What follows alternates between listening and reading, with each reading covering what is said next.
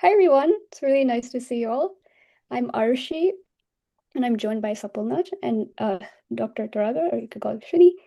And if you feel comfortable, it would be wonderful to introduce yourselves, what brings you here, what's exciting, where you're joining us from. So yeah, I'm from Toronto. Sapo, where are you from?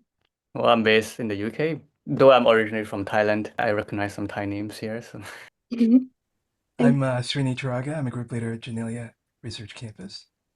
Hi, I'm Aditya. I'm from Andover in the Boston, Massachusetts area. I'm a high school senior. I'm also part of the Command team and happy to learn. great. Feel free one, to shout in the mic, by the way. That would be lovely. hello everyone. Aditya, since you're on camera, like what brings you here? Like why interest in neuroscience? And you're a high school So, student too, so it's great you're here. So yeah, so like I said before, I'm part of the Command team, part of the FICOM team. So I think it's great and meet one of the leading people in this research breakthrough and just want to ask questions directly from the creators. I think it's just really like crazy that it's just like it's available Neuroglance and Newton. It's just available for anyone in the public to just like open the computer, go to the application, and just play around with the fly neurons and synapses. So it's very curious to learn more. Wonderful. We have someone, and I apologize in advance if I'm incorrectly saying your name. Dr. Ekwegbara Somtuchukwu, who is the Vice President of IY&A Nigeria from Lagos, Nigeria. It's really nice to have you. Thank you. oh, Srini studied chemistry. That's very interesting. We have Mario, who's from Austria, but he lives in the UK. He is working as a PhD student in the same lab as Sapo. So, hi, Mario. It's really nice to see you. Thank you for joining. Hello, nice to meet you. Excellent. Hi, Mario. Okay, I think maybe we should get started and we can keep reminding the audience as they are slowly coming in. Okay. So hi everyone. It's very lovely to see so many people here from very diverse places. I'm Arushi, an MSc student at the University of Toronto. I am co-supervised by the Gruntman and Ann Ryder labs, and I heavily leverage the Drosophila connectome in my research. I'm joined here by Safalnach, who is a co-chair, a PhD and Rhodes Scholar at the University of Oxford. Both of us are co-moderating the session today. And we are very excited to have Srini to kick off our 2025 Fly Connectome guest speaker series. A bit of an introduction. Srini is a group leader at HHMI Janelia Research Campus. He is one of the early pioneers of AI for science in the field of connectomics, developing deep neural networks for computer vision, mapping the connectivity of nervous systems at the single neuron and nanometer scale. Dr. Turaga has also completed his PhD at MIT's Brain and Cognitive Sciences. Firstly, I would like to say thank you so much to our audience and our diverse learners that are here to join us. It's really nice to see you all. And we're also very grateful to Shidi for being here and sharing their work. Now I'll pass the stage on to Sapo, who will debrief us on how the session would be running. Excellent. Thank you so much, Arishi, for that lovely introduction. And thank you to everyone here today, whether you're joining us live or catching the recording later. And it's so exciting to see people tuning in from all around the world. I see Nigeria and Mario's from Austria, UK. So that's great. And for those who may be new, this event is part of the 2025 Fly Connectome Research Competition or FlyComp 2025. So FlyComp introduces high school and undergraduate students to synapse level connectomics through hands-on research with cutting-edge tools such as NeuroGlance and Newprint Explorer. And through this speaker series, we aim to deepen students' engagement with connectomics, allowing them not only to hear cutting-edge neuroscience directly from leading researchers, but also to understand how their own research journey with the fly connectome connect to the broader questions in neuroscience. Before we dive in, we would love for you to take a moment to rename yourselves on Zoom. So if you would like, please add maybe a kind of description after your name that best describes you. So whether you're a high school student, undergrad, postgrad, postdoc, faculty, research enthusiast, or whichever description best describes you, that would be great because we would love to know what your background is like. And in terms of structure, here's how today's session will run. So Srini will begin his talk, and after we'll move into a Q&A session. But during his talk, he has told us like he's very happy to make this interactive. And so if you guys have any questions in the chat, or if you want to speak in the mic, you can raise your hand as well using the raise hand function on Zoom. Yeah, and we will try to be moderating Arishi and I. And of course, once Srini finishes his talk, we also have Q&A where we also open the floor so the audience can ask any questions you wish.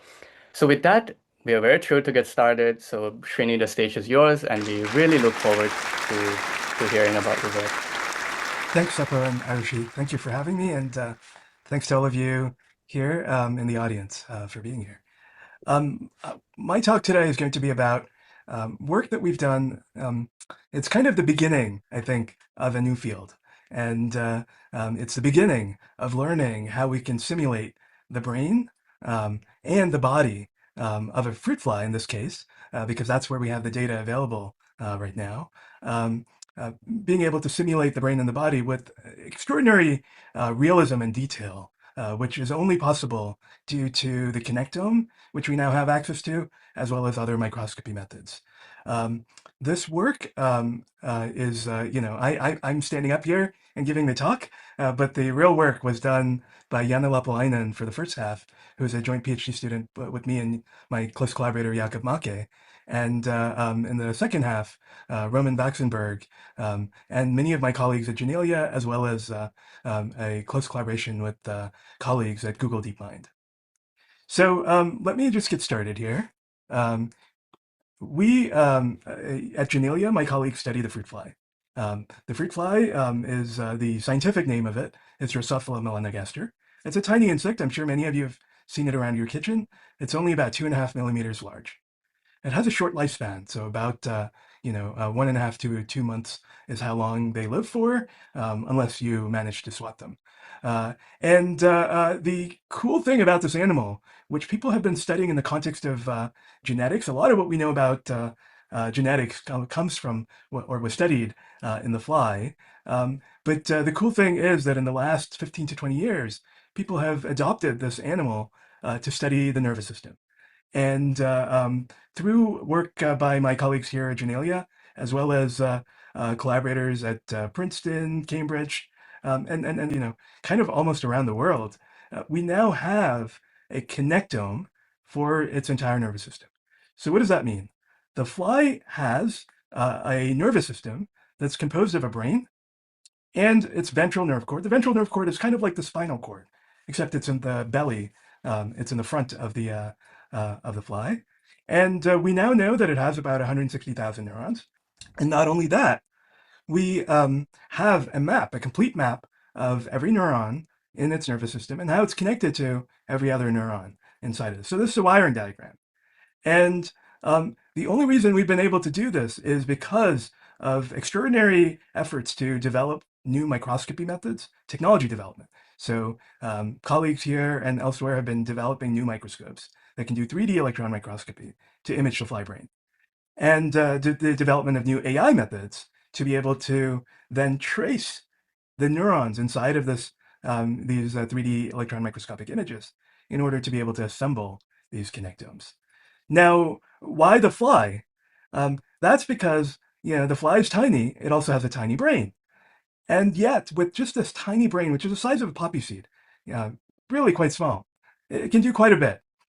So with just 160,000 neurons, it can fly, it can crawl on the ground, it can look for food, it can court its mates. So there's elaborate courtship rituals that the males engage in to convince the females to mate with them.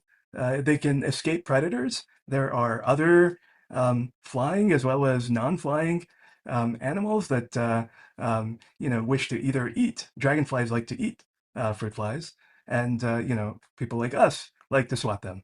And the flies use their visual system. You can see these two very large compound eyes that dominate their head.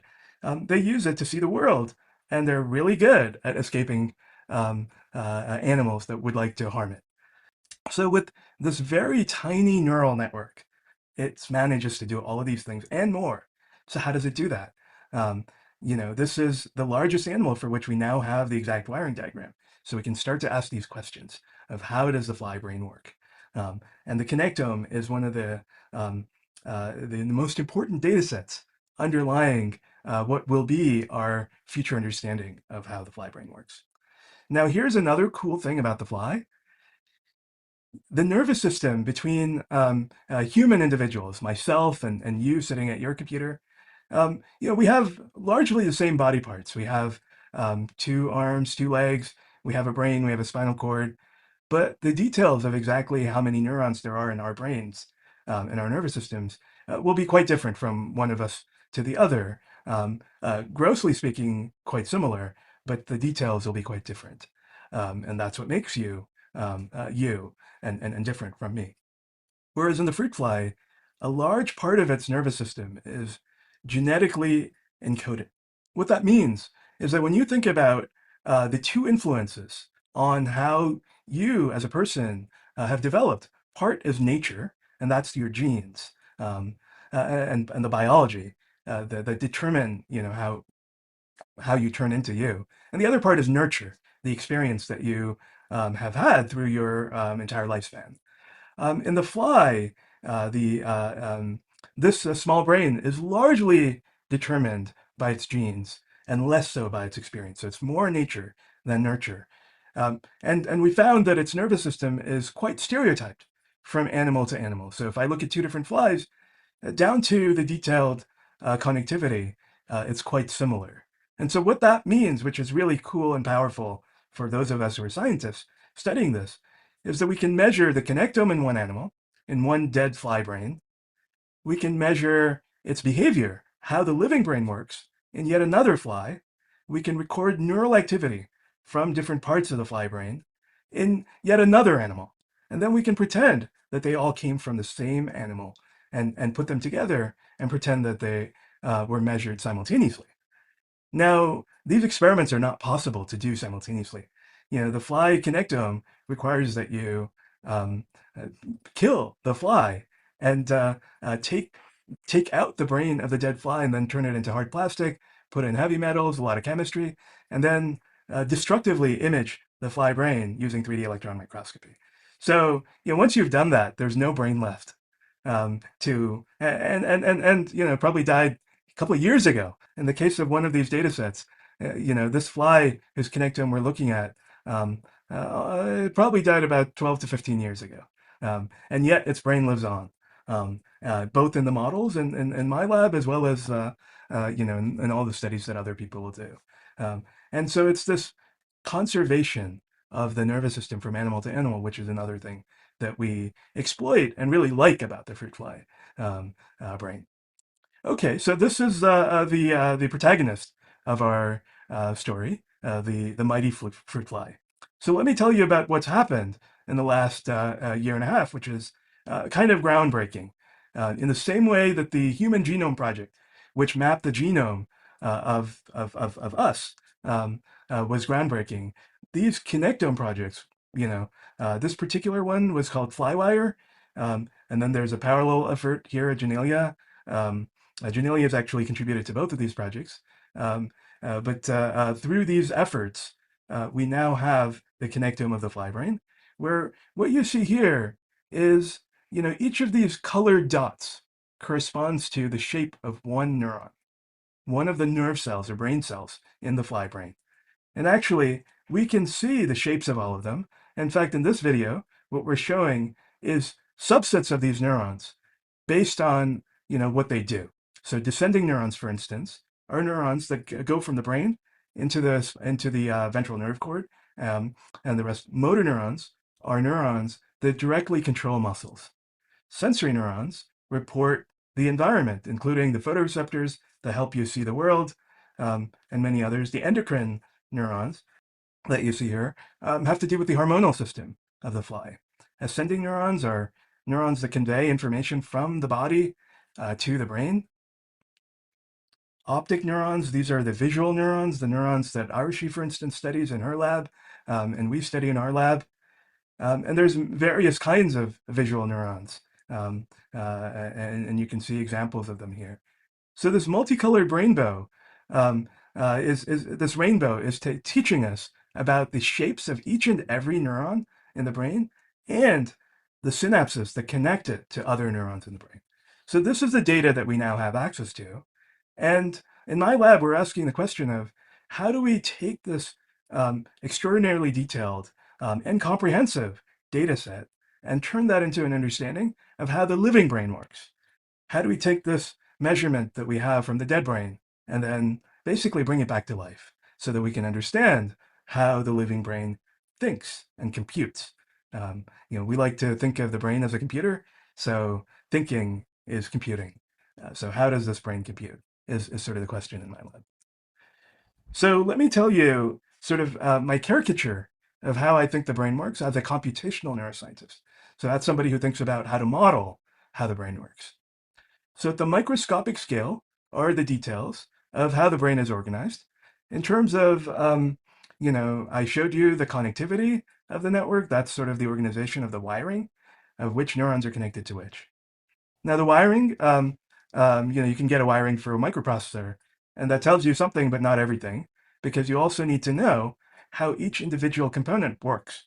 What is the input-output function that describes how each neuron transforms its inputs into outputs?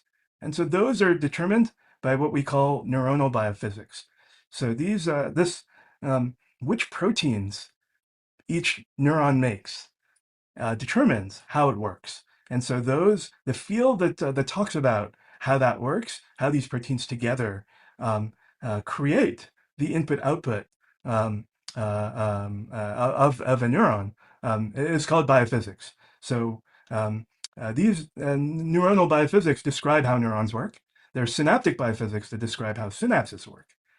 And then there's a whole host of other things that brains have. Neuromodulation is one of them. Plasticity is another. Don't worry about it if those words don't mean anything. But basically, we have this wiring diagram of the neurons. On top of that, we also need to know how each and every neuron works in the living brain and how they interact with each other in the living brain in order to figure out and build a model and simulate and predict how neural activity will propagate through the brain and generate behavior and generate thought. So these microscopic details give rise to the neural activity in the brain. So these are the nerve impulses that each neuron generates in response to its inputs and then passes on to other neurons. And it's the collective firing and neural activity that you see in the brain that gives rise to the behavior that you see in the animal. The neurons drive the muscles, which generate behavior, and then the consequences of those actions are sensed by the sensory neurons and then fed back to the brain. And this behavior is usually in the service of the animal wanting to do something, the task that it's trying to do. So if we had perfect measurements of everything at the bottom at this microscopic scale, then we can build a perfect simulation that takes you from this microscopic scale to all the way to the macroscopic scale, where you see, at the bottom here are individual cells and the proteins and the molecules that compose those cells. And at the top is the entire fly, and the entire fly doing something. And so if we had perfect measurements of everything at the bottom, then we can predict how the fly as a whole works. Unfortunately, we don't have that. We can't have that at this stage of science. What we do have now, which I told you about, is this one box that tells us how the network is wired. And all the other boxes are, not perfectly measured. But, and so what that means is that the connectome by itself is not enough. We're missing a lot of other details that are necessary. Now, while we don't have perfect measurements of all the boxes at the bottom, we do know something about what's possible. So we have some incomplete measurements.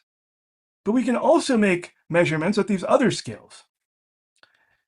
So rather than trying to make perfect measurements at the bottom and then trying to predict everything, what we in my lab have been working on is methods that use AI to integrate these measurements that come from different scales, so microscopic to macroscopic, into a common model to enable us to fill in these boxes, to use measurements here to infer what these boxes must be sufficiently in order to make these predictions all the way back up.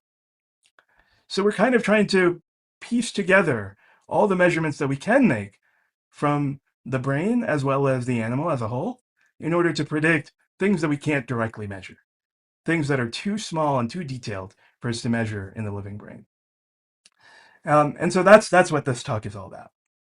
Okay, so precisely what we'll do in the first half is to say, given that we know the connectome of the fly visual system, And we know something about what the fly visual system is supposed to do. Vision, right? It's supposed to see the world. Can we then predict enough about the neuronal and synaptic biophysics in order to predict neural activity, which we did not directly measure?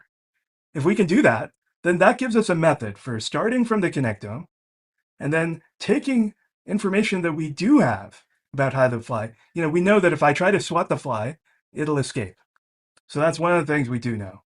So if we use features like that we know about, then can I predict in each and every neuron in the living brain how it works? In particular, so we take, these connectomic measurements that we get, that we now have for the visual system, for part of the visual system, build our simulation, which looks like this.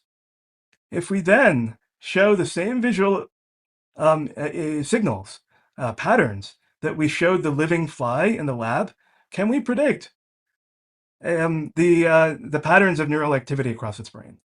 If we can do that, then that means that we have succeeded in building a simulation of how the fly brain works using only these measurements from a dead brain, which would be extraordinarily powerful because we don't have very good ways of making neural activity measurements across the entire brain under all circumstances. These are extremely challenging measurements to be able to make. And so what we want to do is to piece together the measurements we do have to guess and infer the measurements that we don't have in order to make these predictions. Okay, so let me give you a quick overview of the fly visual system. So the fly has these two very large compound eyes, and they dominate the head, right? You see that they have pixels or photoreceptors organized in this perfectly crystalline hexagonal lattice. You see that here, and you see that here. The cool thing is that its retina, which is where the photoreceptors are, which is where it sort of turns the visual signals, light, into neuronal signals, is organized in this perfectly crystalline hexagonal lattice that you see here. So are the neurons. The neural network that processes this visual information has the same underlying structure. So there are cells that appear once per pixel, basically, in the same way. As you go down the nervous system, in this optic lobe, as it's called, which is the part of the brain involved in vision. And the optic lobe has several stages to it, several layers of processing. There's the retina, the lamina, the medulla, lobule. There will be a lot of names that I'll throw out like that. Just ignore them for now. Just think about this as brain regions and stages of computation. If you're familiar with neural networks and convolutional networks, you can think of them, roughly speaking, as layers. Now, the optic lobes of the fly dominate its nervous system too. Not only do the eyes dominate the head, the nervous system is also dominated by vision. A third of its brain is devoted to each eye. So together, 2/3 of the brain only do vision. And so this fly largely does vision, right? And then it does other things on the side, but it's largely, a camera plus processing on wings. So, this is what we want to try to understand. Now, when we started this, we didn't have the connectome for the entire fly brain, but we did have a connectome for a small part of the fly brain, which is actually not so small, but maybe about 80%. 70% here of the optic lobe. And so what that told us is the connectivity. So brain cells, can be categorized into types. So cell types is sort of what we call the groupings of brain cells into different categories. So one kind of category is photoreceptors. So these are specialized cells that turn light into neural signals. So that's something that's a very specialized type of cell, photoreceptors, and there's 8 types of them in the fly eye, and you can see them here as R1 through R8. So that's one bigger category of cell types. Now, we have many more cell types than that, and of them, in total here, about 64 cell types are shown here, which are connected to each other according to this matrix. This matrix is one representation of the connectome between cell types, but at the coarser scale of which categories of brain cells are connected to each other. First thing to note is that it's quite sparse. So these squares, the blue and red squares, tell you how strongly they're connected. There's only a square in this matrix if those two cell types are connected to each other. And blue squares mean that those connections reduce the activity of the neuron that they're connected to. And red squares mean that they increase the activity of the neurons that they're connected to. So they're called excitatory and inhibitory connections. And larger squares mean that they're connected more strongly, and smaller squares mean that they're connected less strongly. This representation is called a Hinton diagram, named after Geoffrey Hinton, who won the Nobel Prize for basically neural networks, artificial neural networks. And so this way of representing a weight matrix, as this is called, it comes from him, if you've heard of him. So we know not just which cell types are connected to each other, but exactly how they're connected to each other at the level of individual neurons. Now, if I were to draw out the weight matrix for the entire optic lobe connectome, you wouldn't see anything. It would mostly be white because most pairs of neurons are not connected to each other. So if this is neuron 1 and this is neuron 2, and a dot there means that they're connected, most of them will not be connected to each other. So here we're showing for a small part of the eye, like in the middle, if we just look at that part and look at the neurons there, how they're connected. And you can see it's super sparse even at this level, but there's some patterns there. And those patterns, I'll show you what that looks like. So here is what our simulation looks like, where each of these hexagons is one cell type. So here's all the photoreceptors of the R1 type. And so each pixel inside of this hexagon, the pixels are arranged in a hexagonal lattice. Each pixel is one cell. And so when the fly eye is looking at the world and it looks at this particular scene that looks like this is what each of those photoreceptors see.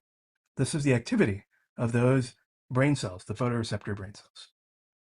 And the lines connect neurons and cell types that are connected to each other. You can see that there's quite a bit of connectivity here.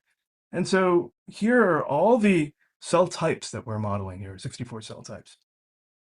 And my job, was to try to figure out if the fly is looking at something, what does the activity in the rest of its brain look like?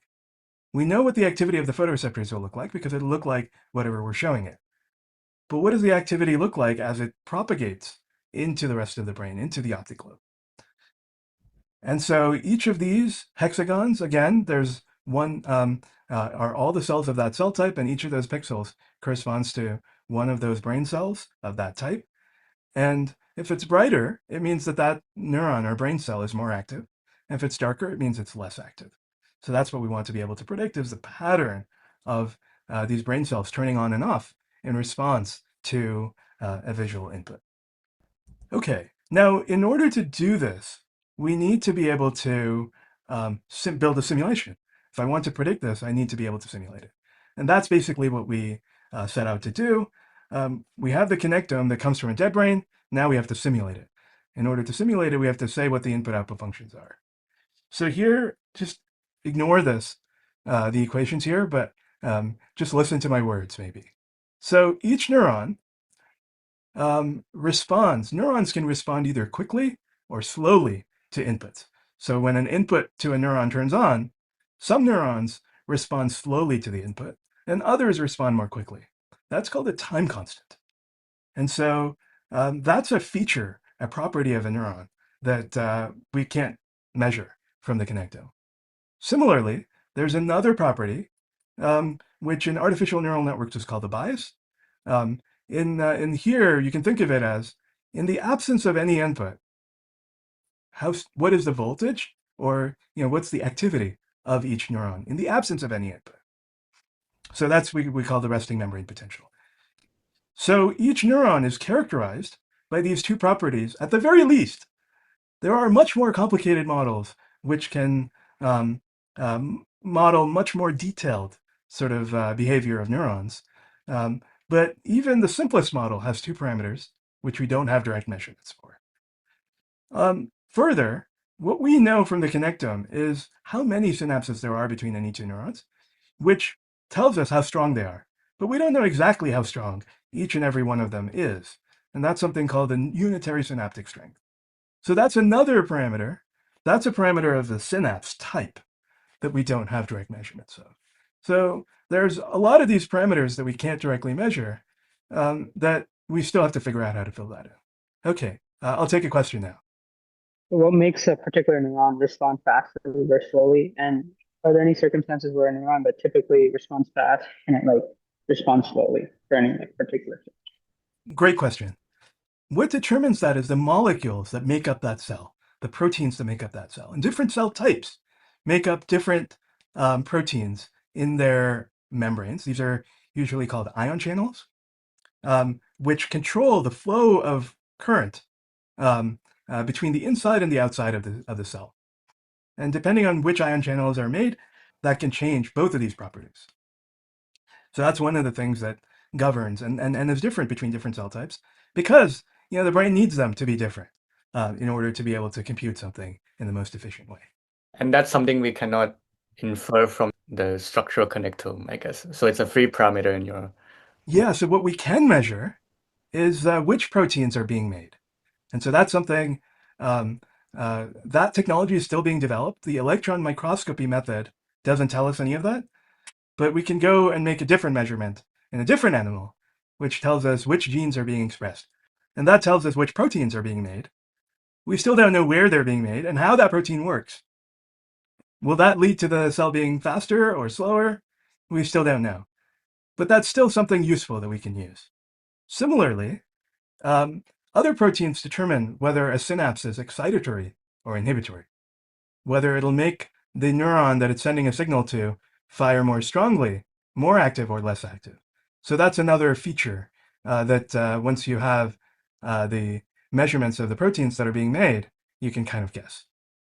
So that's sort of what determines the biophysics of neurons and synapses. Okay, so imagine that we had this neural network and we had to train this the way we train deep artificial neural networks. There would be a ton of parameters. There would be millions of parameters that we'd have to estimate and train. We don't have enough training data to be able to fit a model with millions of parameters. And that's because we can't measure from every single neuron in the brain at all, across a diversity of different conditions. So instead, what we're saying is we can measure the connectome in the dead brain. So that measurement tells us the weights to some degree. Some aspects of it are still missing. And so we say that the weights between two neurons is largely proportional to the connectome. Here, this is how many neurons there are between, how many synapses there are between any two neurons, as well as the sign of the synapse. But we still need to know how strong one of them is for each synapse type. And for each cell type, we still need to know, what's the time constant of those neurons and the resting membrane potentials. So with the connectome, there's a massive reduction in the number of parameters, the way we are doing it. It brings it down to about 700 parameters rather than millions of parameters. So that's awesome. But that's still a lot of numbers. We still have to figure out how to set those 700 odd parameters because we don't have direct measurements. Excuse me. So that's where we used AI methods. We said that while we can't measure those parameters directly, we know that whatever they are, those values as a whole, they have to let the fly compute motion. We know that it pays a lot of attention to motion vision, meaning, if I'm trying to swat the fly, they see it, and they see it very quickly, and they respond to it. So we know that they are very good at seeing motion. So somewhere here, they need to be able to detect motion. So can we take the connectome and then adjust those parameters that we can't measure, those biophysical parameters, such that the fly can, this simulation of the fly can detect motion. And with that tuning procedure, what we did is we were able to then optimize what those parameters would be such that the fly can do this task, optic flow or motion detection. And then with those parameters, we can now predict neural activity across the brain. And so that's what this diagram is kind of showing, is that we trained it as if we trained an artificial neural network. That's complicated, but we have methods for doing it, where the input is a video clip, and the output, we want to say, somewhere in this fly brain It can, in the simulation, it can detect optic flow. Let's adjust those 700 parameters until it does the best possible job. And so then the question we asked is, now that we have a simulation that we fit in this way, using, this is something called task optimization in the field of computational neuroscience. Once we did this, can we predict neural activity? Now, generally, you can only predict with like a machine learning model or an AI model, you can predict only what you train it on. But we didn't train this model at all on neural activity. So if we're able to predict it, that's a huge win, something that's never been possible before. And if we can do that, then that means that we now have a method using AI and using the connectome to predict from this measurement in the dead brain, the connectome, how the living brain works. So let's see how that works. So one of the things people know is that if there's edges that we show in the fly in a lab, if we show something that looks like this edge, like a bright edge on a dark background and moving upwards, versus a bright edge on a dark background moving downwards, there's a particular cell called the T4C neuron. In the fly, people give names to these neurons because that's how stereotyped they are from one fly to another. So you can give it a name and look for the same neuron in another fly. And so this is the name of one of them. Just kind of ignore it. But there's a neuron, a famous neuron that people have studied for decades now, called the T4C neuron. And that's about 10 years ago, 12 years ago, was it was a big discovery to show that that was the motion detector neuron. And so we asked, can our simulation show that this is a motion detector neuron?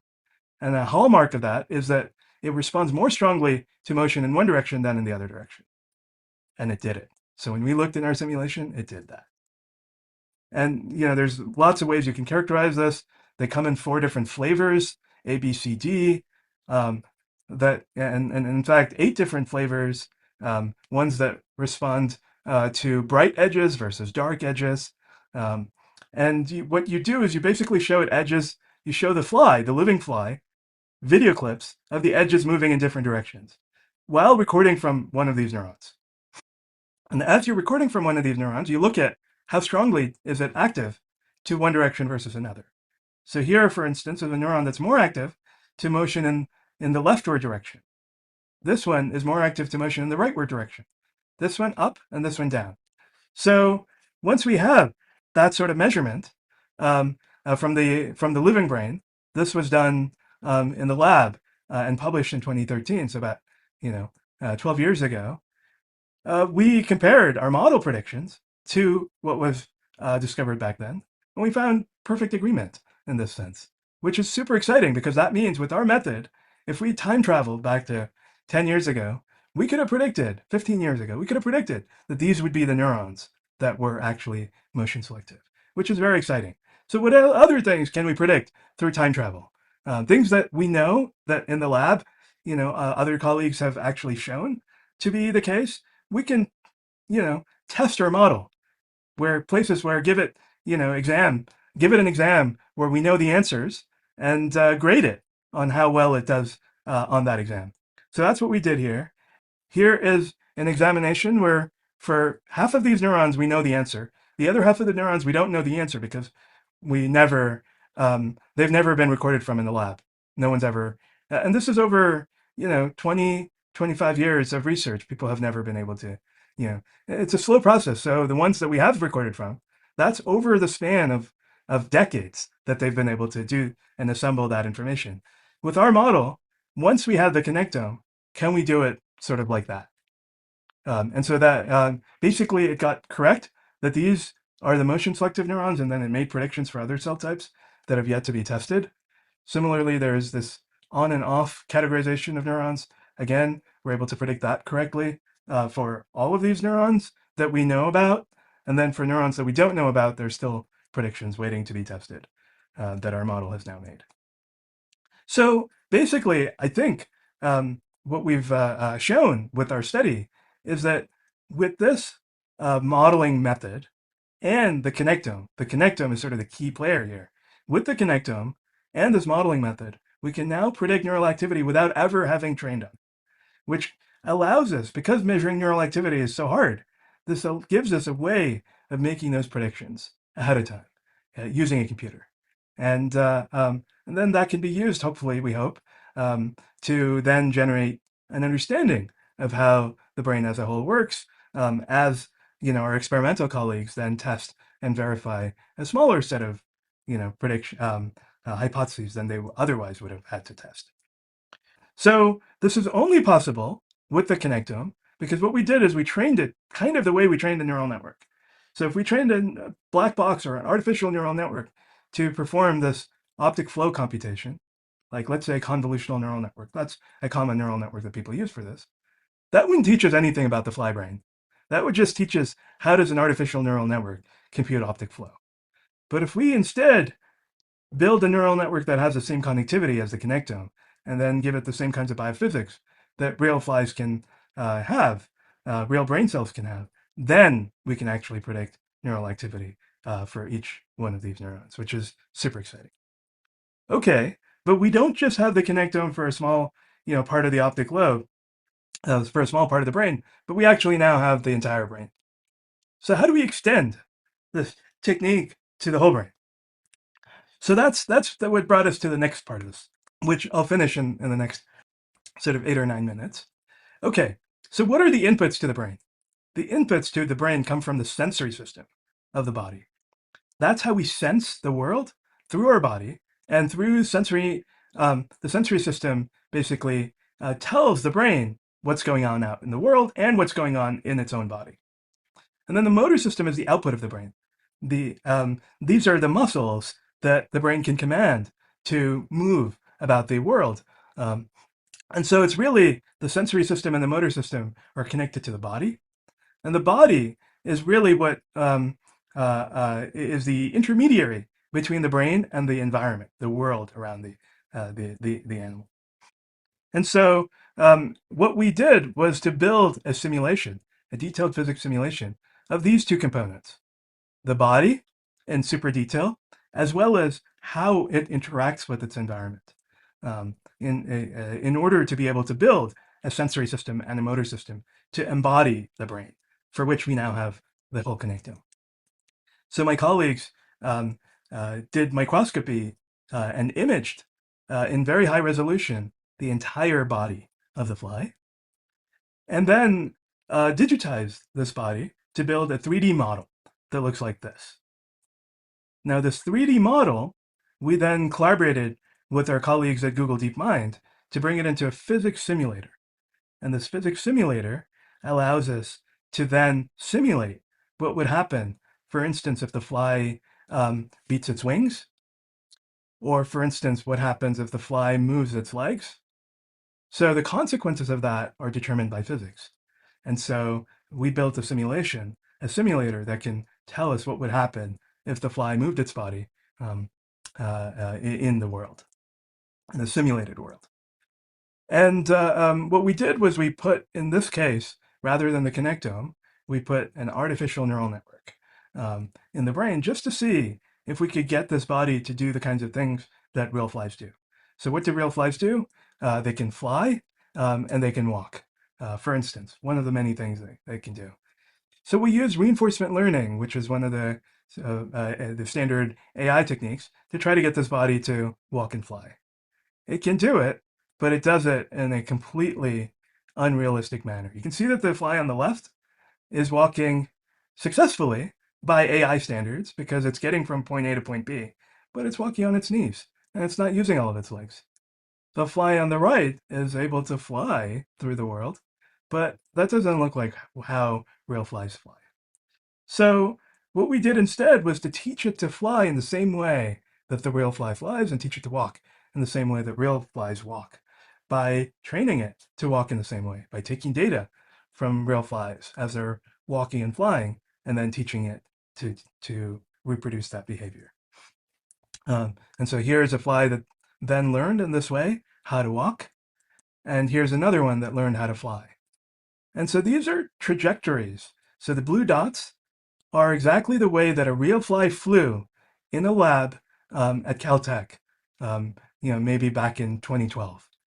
And so what we're showing is that our model flies, a simulated fly can fly in exactly the same way. So this fly, as it was flying along, was startled, and so then it makes a rapid evasive maneuver. Basically, it's trying to escape. So it's flying along, and then it sees something bad approaching it, like me trying to swat it, and then it goes away in the opposite direction. So that's an extreme maneuver. And so we look to see, can this fly our simulation, recapitulate? Can it simulate that extreme trajectory? And yes, it can.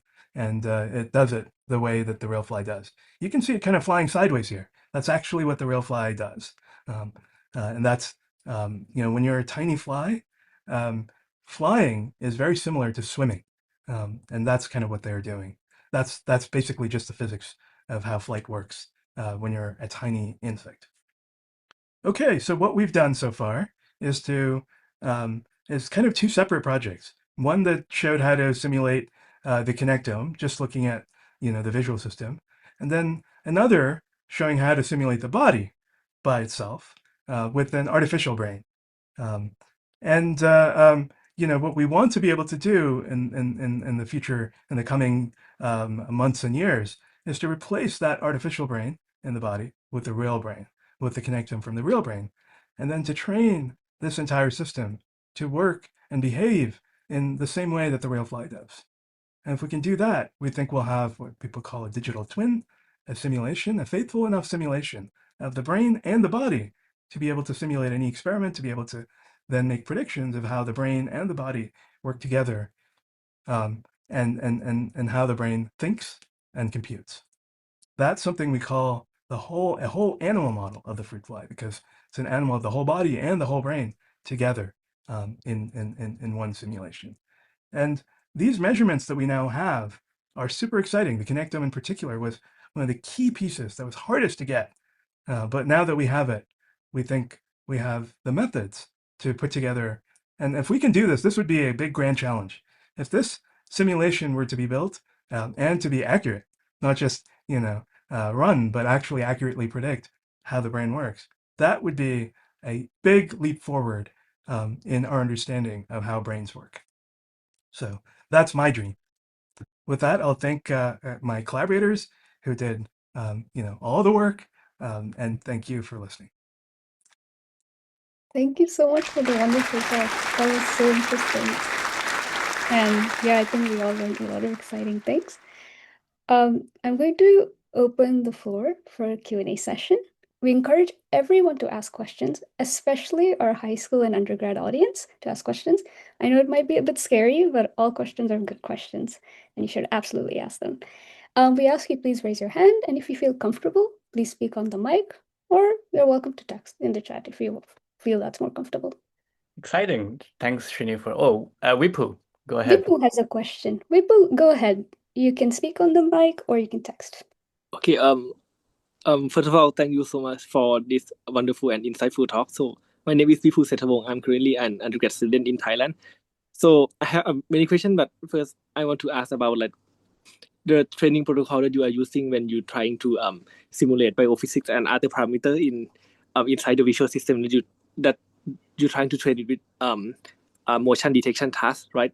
So I wonder that you use an decoding model to decode the response from your constrained model of age movement detection, right? So I wonder when you training, from my understanding is that you train the model, both the constrained one and not the decoder that you do not constrain with the connectome, and you train it simultaneously, and then you use it to feedback and fix both the free parameter in the decoder and also the free parameter aside from the constraint one in model. Am I understanding correctly? Exactly right. Now, Okay. we know that the motion decoder by itself, we designed it so by itself it can't compute motion. And so motion has to be computed by the connectome network. So that's how but we have the decoder because, we don't know ahead of time, or we want to put in the information about which neurons are the motion neurons. That's something we want it to be a prediction. So we need a motion decoder. Oh, okay. And from using this training protocol, I wonder you're trying to infer the biophysics and other parameter that represent the real brain of the flight. So I wonder have you ever tried putting other input information that flight may receive in in like normal model in their daily life, for example, like maybe color detections or maybe like image recognition, something like that? Have you like used the model that you have already trained and fixed the parameter, but input it with different type of input, and what is the result of that? Yeah, so that's a good question. This particular model, we built of mainly the motion pathways of the fly optic lobe. And so we didn't try to do other things like object recognition with this pathway. I think it's, somewhat possible, but unlikely to be the main way that the fly actually does object recognition. But we're now building a second model, the next version of this model, that will model the entire optic lobe. And so that model, we're trying to train it with not just motion detection as a task, but many other tasks. And so then our job is to try to make predictions of how the fly can do other tasks as well, with the entire optic lobe, and figure out which tasks require which parts of the brain. Oh, thank you so much. I have another question.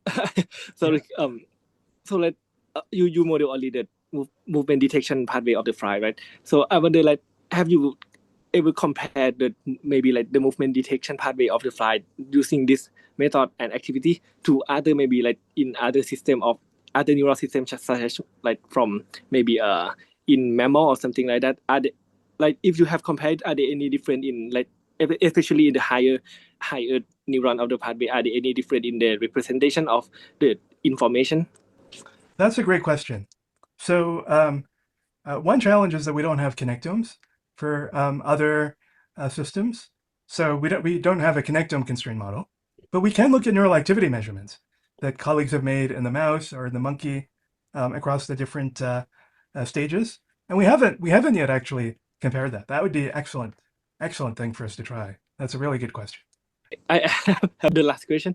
From this model that you have, are there any like constraint of the model cannot achieve? Like, for example, from the evolutionary perspective, like the fly brain may not be able to recognize some like maybe like complex movement pattern, or maybe like you use maybe like the same pathway, but like with different input. Are there any limitation to that the fly cannot compute like maybe that complex movement pattern? Are there any like some limitation that you have found to the result? I like all your questions. This is particularly, we're actually working on this right now. So, what we call failures of the visual system are what we call illusions. When we should be seeing something, but instead we see something else, that's something we call an illusion.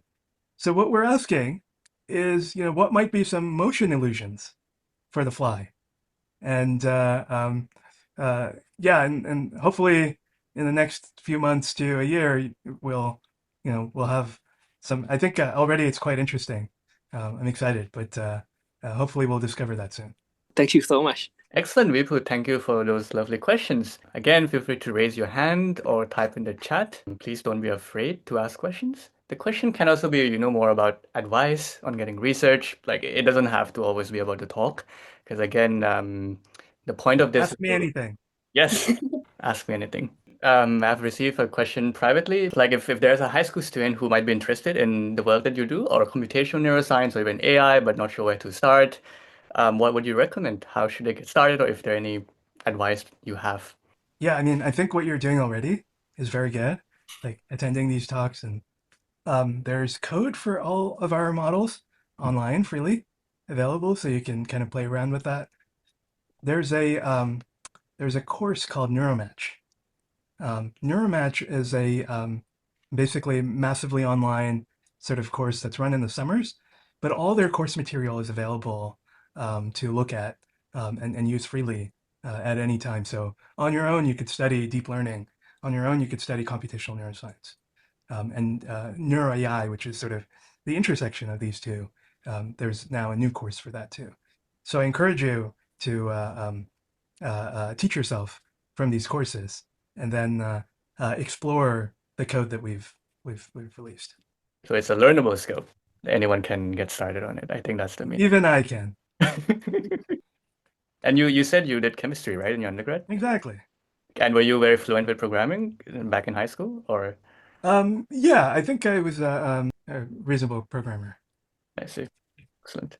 That's certainly a skill that's important to have in this field. I'd have a question. Thank you very much, first of all, for the talk. It was super, super fascinating, super insightful. And I was wondering, is the fruit fly a good model for any of the characteristic, like mental conditions or disorders, as they're sometimes called, that we see in humans, say depression or with addiction, all kinds of possibilities? Yeah, that's a great question. I'm not the expert on this, but I do know that some colleagues and others have looked at addiction, have looked at how fruit flies respond to um, alcohol and rejection when they're trying to mate, and there seems to be correlations to how other animals and humans do as well. But I'm not the expert here. Thank you. I think it might be cool. I'm not sure, but I mean, it seems like this is reasonable for a very concrete task like motion detection. But I was wondering, like with let's say whole, did you say whole animal model? Is that what it's called? Like, can that respond to different social cues or like reward cues as well? Like, oh, there's a fly that's like a male fly that's stealing their mate, and now it's acting in a certain way.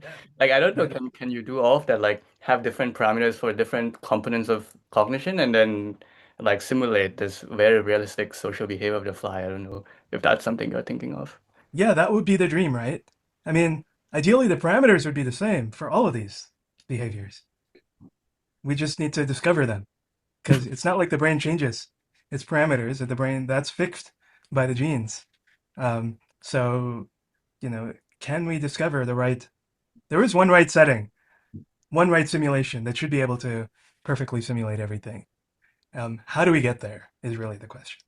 Aditya asks, in your research, have you encountered tumors in the fruit fly brain? Any connections between neurons and tumors? It's a good question. I don't think I've ever heard of anyone talk about fly tumors, but I mean, I have to imagine that any animal could have something like that. But honestly, that's a good question. I don't really know. Very interesting. Yeah. Yeah, I'm going to do some research on all of these questions. Gayatri has a question. I hope I said it correctly. You can go ahead. You did.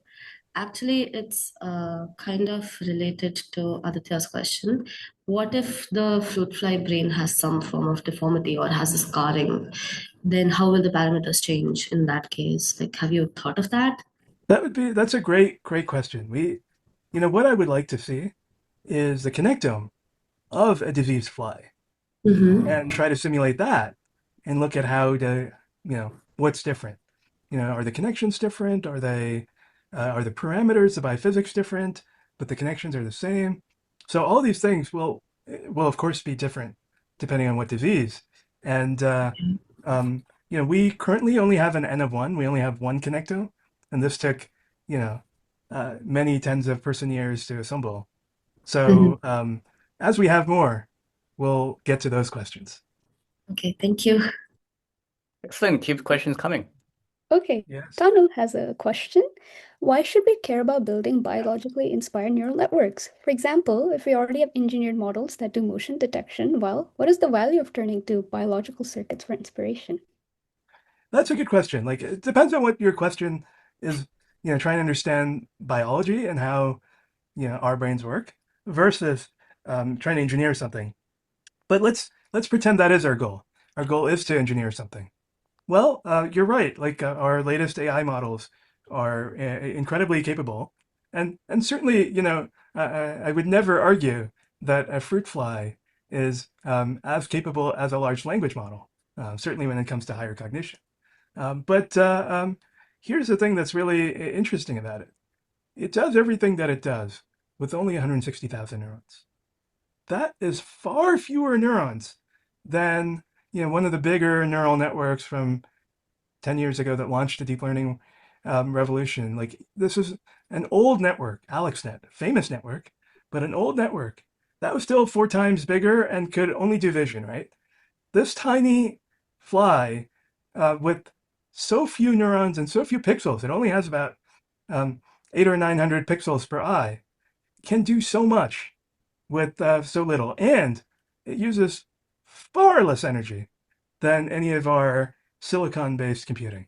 So if we can discover something about how the brain does it, could that help? Maybe, maybe not, but at least we'll be smarter.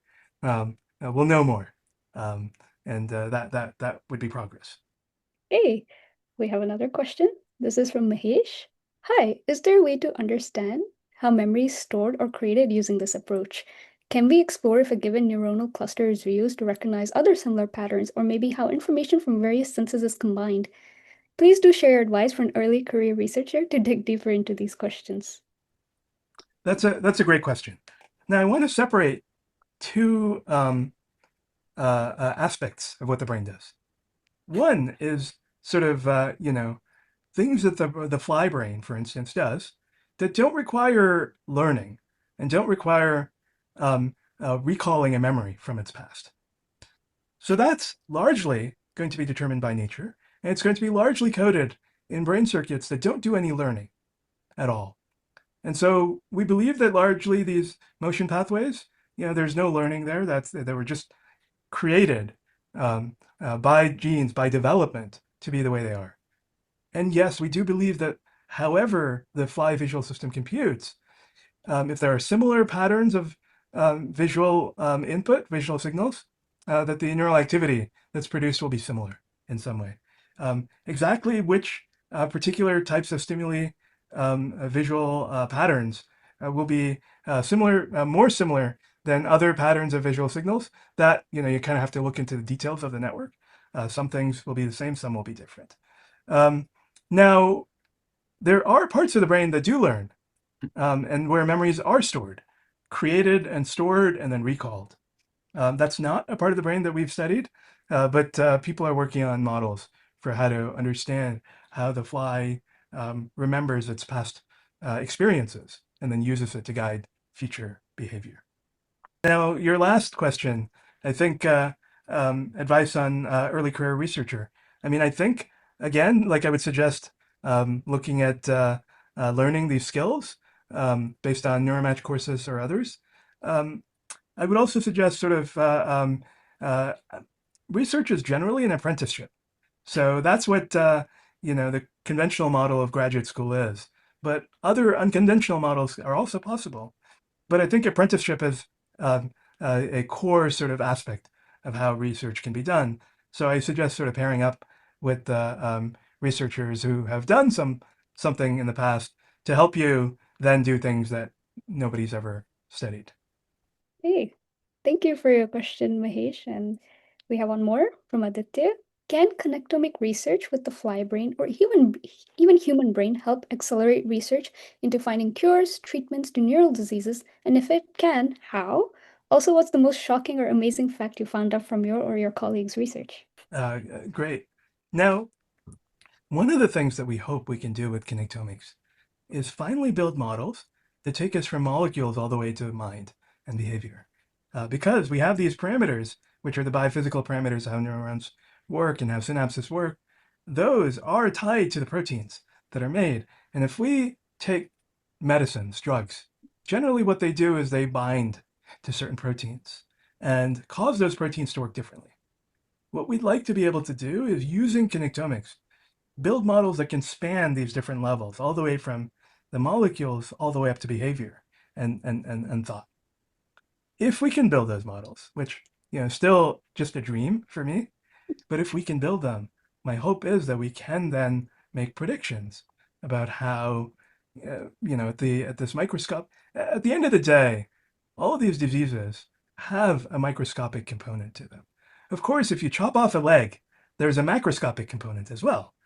But many neurological disorders have a microscopic component. And we have yet to figure out how to connect these microscopic disorders to the macroscopic phenotype of behavior. For instance, Parkinson's, dementia, we're still trying to find the causes for that. And, the way we go about it is to record a new thing that we couldn't record before. And so let's say, how much of a particular protein there is in one brain region, and then compare and see if there's a difference between one brain and another. Now, as we talked about, we can't record everything. We can't measure everything directly at this microscopic scale.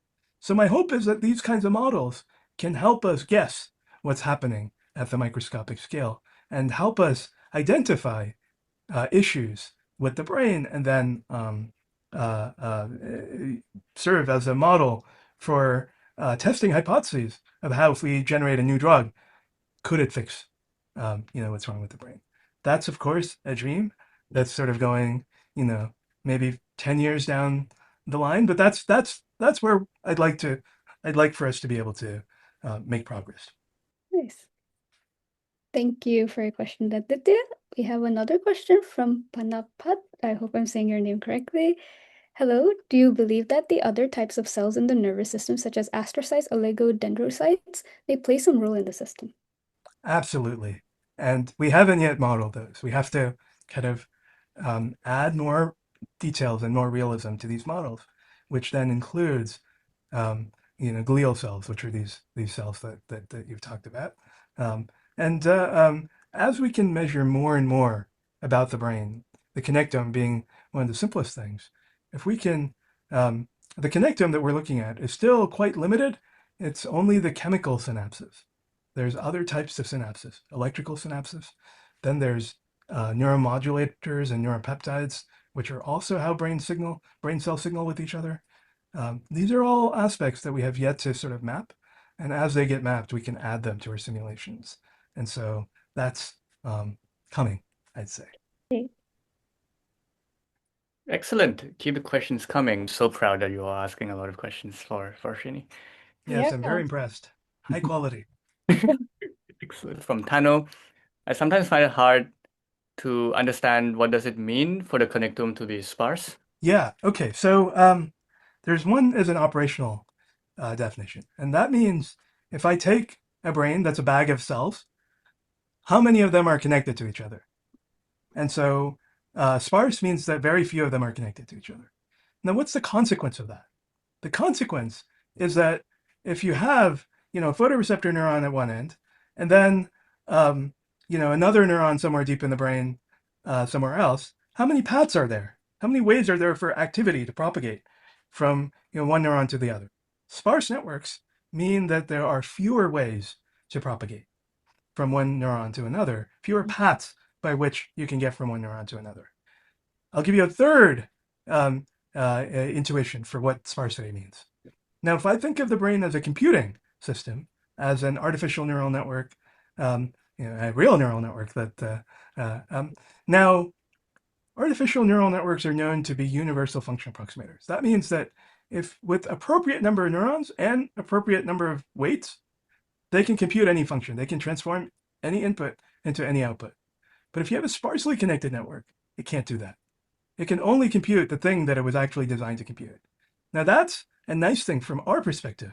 As somebody who's trying to reverse engineer the brain and try to figure out what this network is doing, it's nice because, once you see this network, you can't really, there's fewer ways for you to go wrong in terms of predicting how, the brain might compute something.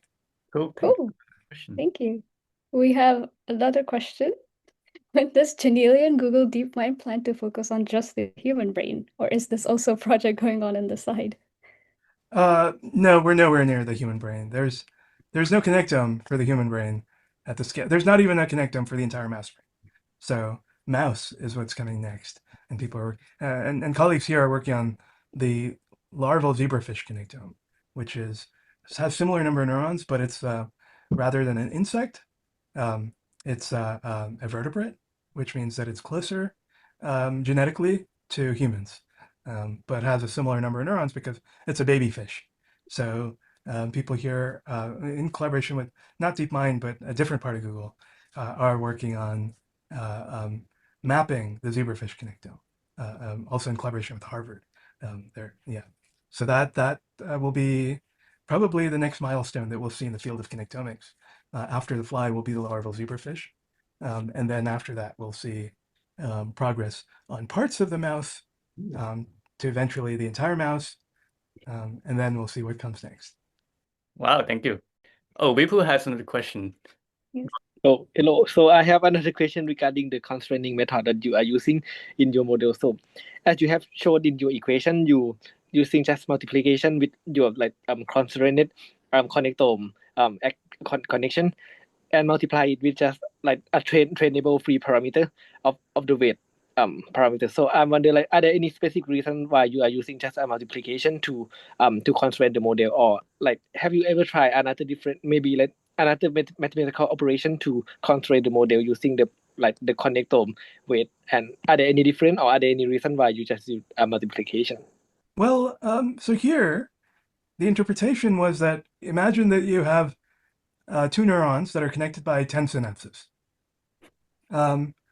We wanted to know what is one of those, how strong is one of those synapses? So if they're connected by 10, then it's 10 times stronger. If they're connected by two synapses, then it's 2 times as strong. So that was kind of the motivation here.